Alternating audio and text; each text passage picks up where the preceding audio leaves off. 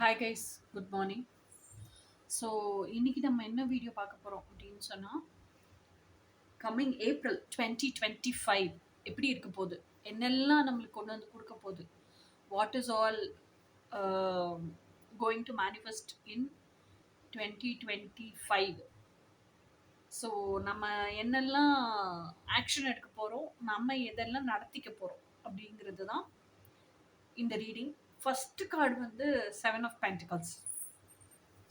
7 of pentacles அப்படிங்கிறது எதை குறிக்குது அப்படின்னா, கண்டிப்பான முறையில் நம்மளோட ஆசைகள் என்னென்ன, இதுதான் நான் அப்படின்னு நமக்கு தெளிவுபட இப்போ தெரிஞ்சிருச்சு. 7 ஆஃப் பென்டிகல் ஸ்டேஜுக்கு வந்துட்டோம் அப்படின்னா, திஸ் இஸ் ஹூ ஐ ஆம், this is what I want, இதை தான் நான் வாழ ஆசைப்படுறேன், இதுதான் எனக்கு வேணும் அப்படிங்கிறதெல்லாம் நமக்கு தெரிஞ்சு அதுக்கான நாலேஜ் கெயின் பண்ணிட்டோம், கேதர் பண்ணிட்டோம். பை நவ் கேதர் பண்ணதுக்கப்புறம் அதுக்கான ஸ்டெப் எடுக்கிறோம். அதுதான் இது, ஸ்டெப்பை எடுத்துட்டோம். ஓகேயா? ஸ்டெப்பை எடுத்துட்டு நம்மளோட 100% ஹார்ட் அண்ட் சோல் போட்டு அதுக்கான இன்ஃபர்மேஷன் டூல்ஸு, அதுக்கான ஃபினான்ஷியல் பேக்கப் எல்லாமே சேவ் பண்ணிட்டோம், எல்லாமே தெரிஞ்சுக்கிட்டோம், எல்லாமே சேர்த்து வச்சுக்கிட்டு தான் அது வந்து ஃபிசிக்கல் இம்ப்ளிகேஷன் அந்த ஆக்ஷன் எடுத்திருக்கோம். ஸோ அந்த ஆக்ஷனையும் எடுத்து முடிச்சுட்டு அதுக்கப்புறமா ஒரு தடவைக்கு 10 தடவை வெரிஃபை பண்ணுறோம், நமக்கு செய்ய வேண்டியதெல்லாம் கரெக்டாக செஞ்சுட்டோமா, எதையும் விட்டுடலையே, இல்லை ஏதாவது விட்டு போச்சா, இல்லை இன்னும் ஏதாவது மிச்சம் மீதி நம்ம செய்ய வேண்டியிருக்கா, நம்மளோட கம்ப்ளீட் இன்வால்மெண்ட்டோட நமக்கு பிடிச்சி ரசித்து ஹோல் சோல் அண்ட் ஹார்ட் போட்டு டைம் அண்ட் எனர்ஜியெல்லாம் இன்வெஸ்ட் பண்ணி நம்ம பண்ணியிருக்கோம் அப்படிங்கிறதையும் திருப்பி ரிவைஸ் பண்ணுறோம். அப்போது அதை திருப்பி நம்ம செக் பண்ணதுக்கப்புறம், ஒரு தடவை 10 தடவை செக் பண்ணதுக்கப்புறம், சரி அதோட பலன் என்னைக்கு கொடுக்கணும்னு இருக்கோ அன்னைக்கு கொடுக்கட்டும் அப்படின்னு சொல்லிட்டு அதுக்கப்புறம் நம்மளோட ரொட்டீன், டெய்லி ரொட்டீனை வாழ்கிறதுக்கு போயிடுறோம். We are not attached to that expectation. ஓகேயா? வரும்னு அந்த எக்ஸ்பெக்டேஷனுக்கு அட்டாச் ஆயிடல. ஆனால் அதுக்கு பதிலில் எதில் அட்டாச் ஆயிருக்கோம், எப்படின்னாலும் கடவுள் கொடுத்துருவார், நம்ம செய்ய வேண்டியது செஞ்சுட்டோம்ல, கடவுள் செய்ய வேண்டியது செய்வார், எப்படினாலும் அது வரும் அப்படிங்கிற ஃபெய்த்தில் தான் நம்ம இருக்கோம். ஓகேயா? ஸோ இதுதான் அந்த 7 of pentacles. So April month இந்த ஒரு குவாலிட்டி நமக்குள்ள டெவலப் ஆகும், இதுக்கான சூழ்நிலைகளை பிரபஞ்சம் உருவாக்கும். ஓகேயா? அடுத்த கார்டு வந்து 8 ஆஃப் கப்ஸ். 8 ஆஃப் கப்ஸ் அப்படின்னா என்ன அப்படின்னா, எந்தெந்த மனிதர்கள் நம்ம வைப்ரேஷனோட ஒத்து போலையோ, அதுவும் இல்லாமல் நம்மளை வந்து கம்ப்ளீட்டாக கீழே நம்ம ஒரு லெவலுக்கு இப்போ வைப்ரேஷனுக்கு உயர்ந்திருப்போம், அந்த உயர்ந்த வைப்ரேஷன் அந்த இடத்துலையே இருக்க விடாமல் நம்மளை கீழே பிடிச்சி இழுக்கிறாங்களோ. ஏன்னா இதுக்கு முன்னாடி நம்ம ஒரு லைஃப்பில் இருந்திருப்போம், அந்த லைஃப்ல இருந்து தான் இப்போ வெளியே வந்து நிறைய ஸ்பிரிச்சுவல் அவேக்கனிங் நடந்து, ரியலைசேஷன் நடந்து, அதை நம்ம செல்ஃப் அக்செப்டன்ஸ் பண்ணி செல்ஃப் லவ் பண்ணி தான் இந்த அளவுக்கு நம்ம வைப்ரேஷனல் வைஸா மேல உயர்ந்திருப்போம் இல்லையா?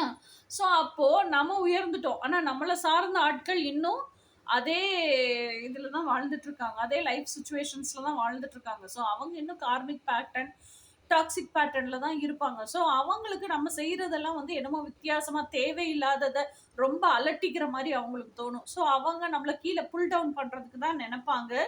ஸோ அந்த மாதிரி இருக்கிற பீப்புள், சுச்சுவேஷன், சர்க்கம்ஸ்டன்சஸ், அந்த மாதிரி இருக்கக்கூடிய எமோஷன்ஸ், இது எல்லாமே விட்டு வெளியே வர்றீங்க. இதெல்லாம் எனக்கு தேவையில்லை, I am my importance, I am my priority. என்னைய ட்ரெயின் பண்ணக்கூடிய, என்னைய கஷ்டப்பட வைக்கக்கூடிய, என்னைய திருப்பி இந்த டாக்ஸிக் என்விரான்மெண்ட்லேயே இருக்க வைக்கக்கூடிய ஒரு விஷயம் எனக்கு வாழ்க்கையில தேவையில்லைன்னு அத்தனையும் லெட் கோ அப்படின்னு விட்டுட்டு கடவுள் பாதத்துக்கு சரணடைகிறதுக்கு வரீங்க. அதுவும் போக உங்களுக்குள்ளேயே இருக்கிற உங்க டிவைன் மாஸ்குலைன் கிட்ட சரண்டர் ஆகுறதுக்கு, அந்த லவ்வுக்கு சரண்டர் ஆகுறதுக்கு ஓடி வர்றீங்க. ஸோ இதுதான் 8 ஆஃப் கப்ஸ். ஓகேயா? Always you are committed to your self. இந்த கமிட்டட் டு யுவர் செல்ஃப்ஸ்னா என்ன? உங்களோட self growth, self development, self improvement and உங்களோட செல்ஃப் லவ்வுக்கும் தான். அந்த செல்ஃப் லவ்ங்கிறது தான் என்ன? Love with your divine masculine. ஓகேயா? ஸோ அந்த லவ்வுக்கு நீங்கள் சரண்டர் பண்ணுறீங்க, அந்த லவ்வுக்கு கம்ப்ளீட்டாக கமிட்டடாக, டெடிக்கேட்டடாக, டிவோஷனலாக இருக்கீங்க. அந்த லவ்வே உங்களுக்கு வாழ்க்கையில் எல்லாத்தையுமே சொல்லி கொடுக்கும். ஓகேயா? ஸோ அதனால தான் அந்த இப்போ வந்து உங்களோட பிடி என்னன்னா அந்த செல்ஃப் லவ். அதனால தான் இது வந்து மற்ற விஷயங்களெல்லாம் உங்களால் இப்போ பிரித்து பார்க்க முடியுது. முந்தி நார்மலாக அட்ஜஸ்ட்மெண்ட்டுங்கிற விஷயமே நார்மலாக தெரிஞ்ச விஷயம், இப்போ என்னால் என்னை ஏமாத்திக்க முடியல, அந்த அட்ஜஸ்ட்மெண்ட்டுங்கிறது செல்ஃப் பிட்ரேயலாக தெரிய ஆரம்பிக்குது. ஸோ அதனால நீங்கள் அதுல இருந்தெல்லாம் அந்த மாதிரி சூழ்நிலைகள்ல தான் வெளியே வர்றீங்க. இது வந்து கம்ப்ளீட்டாக ஏப்ரல் மந்த் ஃபுல்லாக நடக்கும். ஸோ இதுதான் 8 ஆஃப் கப்ஸ். அடுத்த விஷயம் ஜஸ்டிஸ். ஜஸ்டிஸ்ல எனக்கு என்ன தோணுது அப்படின்னா, ஜட்ஜ்மெண்ட் எழுதப்பட்டதுக்கு அப்புறம் தான் அந்த ஜட்ஜ்மெண்ட்டை செயல்படுத்துறாங்க இல்லையா, அதுதான் justice serve. Justice is served அப்படின்னு சொல்லுவாங்க. ஓகேயா? அப்ப என்ன அர்த்தம்னா, நம்ம பிறந்தப்பே சோல் கான்ட்ராக்ட் போட்டிருக்காங்களா, ஸோ அப்போ நம்மளுக்கு என்னெல்லாம் ஆசை இருக்கோ அதை அனுபவிக்கிறதுக்கு தான் பூமியில் உடல் கொண்டு பிறந்திருக்கோம். ஸோ அப்போ இதுதான் எனக்கு, இதுதான் எனக்குன்னு நம்ம வேணும்னு கேட்டுட்டு வந்து தான் பிறந்திருக்கோம் அப்படின்னு சொன்னால், அப்போ நம்ம ஆசைப்படுறது பூரா பூமியில் இருக்க தானே செய்யும். அப்போ நமக்குன்னு படைக்கப்பட்டது நம்ம கிட்ட வந்து சேரும்.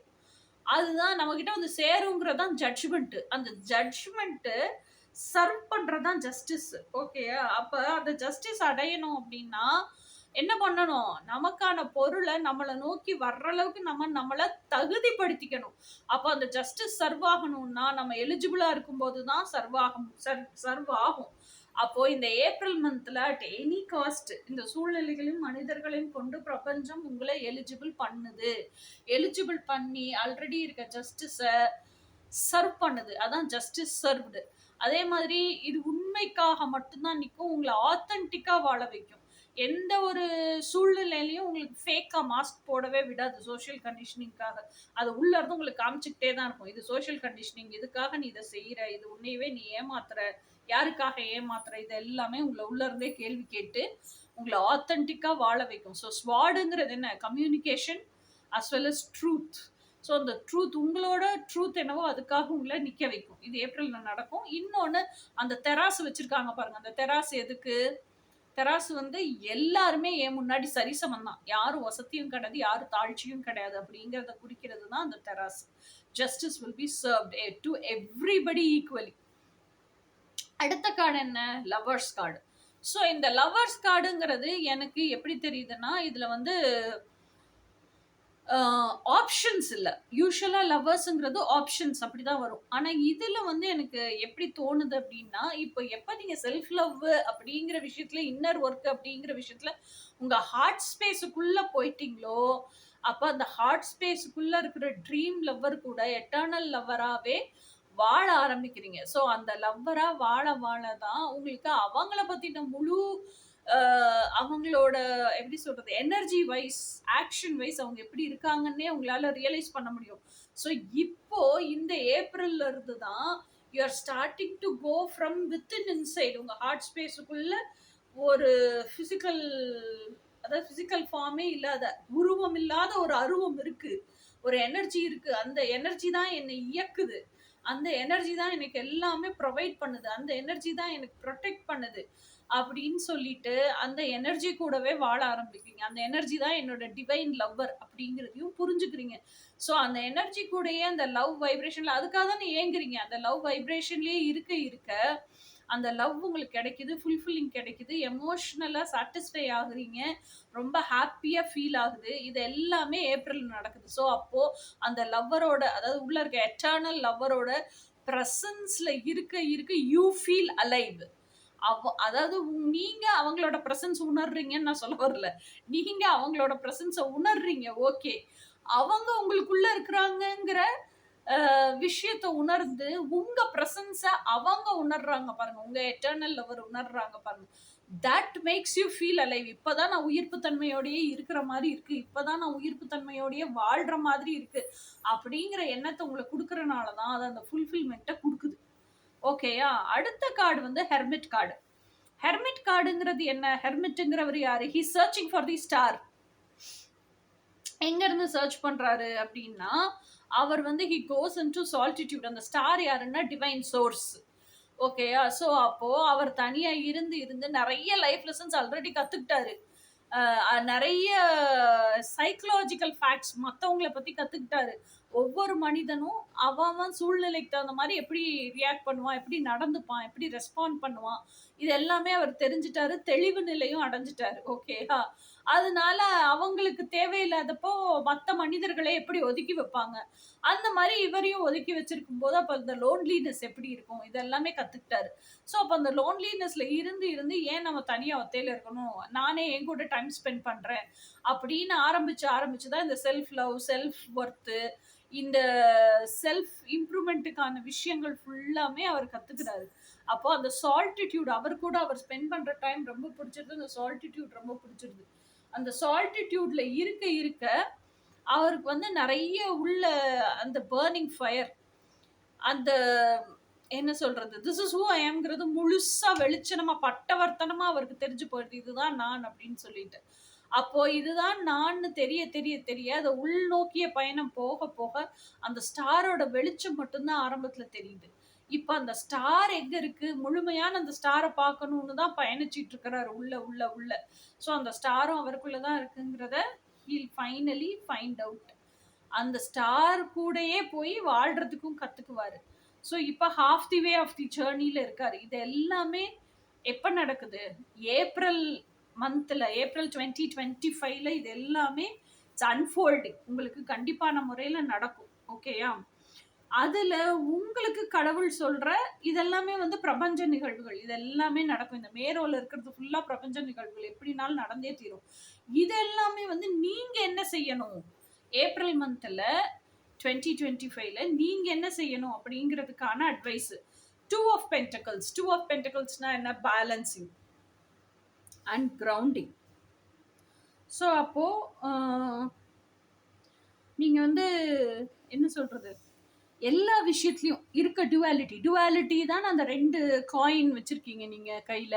அந்த ரெண்டு காயினையும் ஃபர்ஸ்ட் ஆஃப் ஆல் ரெண்டு காயின் என்னென்ன, அதுக்கு என்னென்ன குணங்கள் இருக்கு, அதை எப்படி பேலன்ஸ் பண்ணணும், பேலன்ஸ் பண்றது மாத்திரம் இல்லாம பேலன்ஸ் பண்ணிட்டு சென்டருக்கு எப்படி கொண்டு வரணும், அந்த சென்டர்ல கிரவுண்டட் ஸ்டேட்லயே நான் எப்படி சாலிடா ஸ்ட்ராங்கா நிக்கணும், இது எல்லாமே நீங்க கத்துக்கிறீங்க.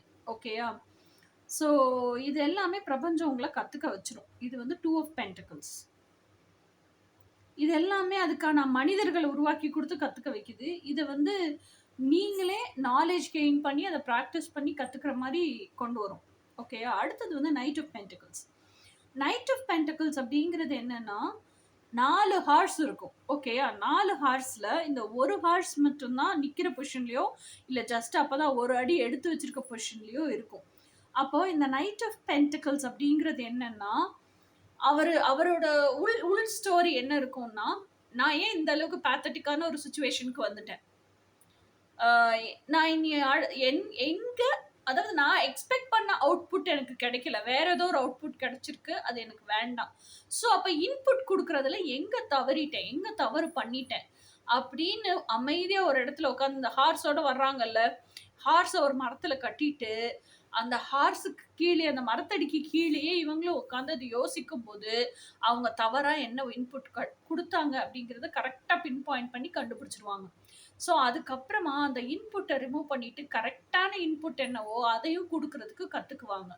ஓகே? ஸோ அந்த கரெக்டான இன்புட்டை கொடுக்கறதுக்கு முன்னாடி மென்டலா அந்த ராத்திரி ஃபுல்லா அந்த மரத்துக்கடியில் உட்காந்து அதை ஃபுல்லா ஃப்ரேம் ஸ்ட்ரக்சர் பண்ணி மென்டலாவே ஒரு பிளான் ஆஃப் ஆக்ஷனை போட்டு ரெடி பண்ணி வச்சிருவாங்க. ஸோ காலையில் எந்திரிச்சதும் அந்த பிளான் ஆஃப் ஆக்ஷனை எக்ஸிக்யூட் பண்றதுக்கு தான் அவங்க கிளம்புறாங்க. ஸோ அந்த பிளான் ஆஃப் ஆக்ஷன் எக்ஸிக்யூட் பண்றதுங்கிறது தான் கரெக்டான இன்புட் கொடுக்கறதுங்கிறது. ஸோ கரெக்டான இன்புட் கொடுக்கையில அவங்க எக்ஸ்பெக்ட் பண்ற அவுட்கம் ஆட்டோமேட்டிக்கா வந்துடும். ஸோ அதுக்கு தான் அந்த ஹார்ஸ் முதல் ஒரு அடி எடுத்து இப்பதான் ஜேர்னி மார்ச் ஃபார்வர்ட் பண்ண ஆரம்பிக்குது. ஸோ இதுதான் வந்து நைட் ஆஃப் பென்டக்கிள்ஸ். இந்த நைட் ஆஃப் பென்டக்கிள்ஸ் அப்படிங்கிறதுல இன்னொன்று என்னன்னா, எல்லா ஹார்ஸை காட்டிலும் கடைசியில் தான் ஆரம்பிக்கும், ஆனால் எல்லா ஹார்ஸை விட ஃபர்ஸ்ட் போய் அதனுடைய டெஸ்டினியை அடைஞ்சிரும். ஓகேயா? ஸோ இந்த நைட் ஆஃப் பென்டக்கிள்ஸ்ல என்ன சொல்லுவாங்கன்னா, எது செய்யறதா இருந்தாலும் விவேகத்தோட இருக்கணும், ரொம்ப ஸ்லோ டவுனா இருக்கக்கூடாது, ரொம்ப வேகமாகவும் இருக்கக்கூடாது, கரெக்டா இருக்கணும், ஆனால் ஷார்ப்பா கிறிஸ்பா செய்யணும் அப்படின்னு சொல்லுவாங்க. அந்த மாதிரி ஸ்லோ அண்ட் ஸ்டெடி.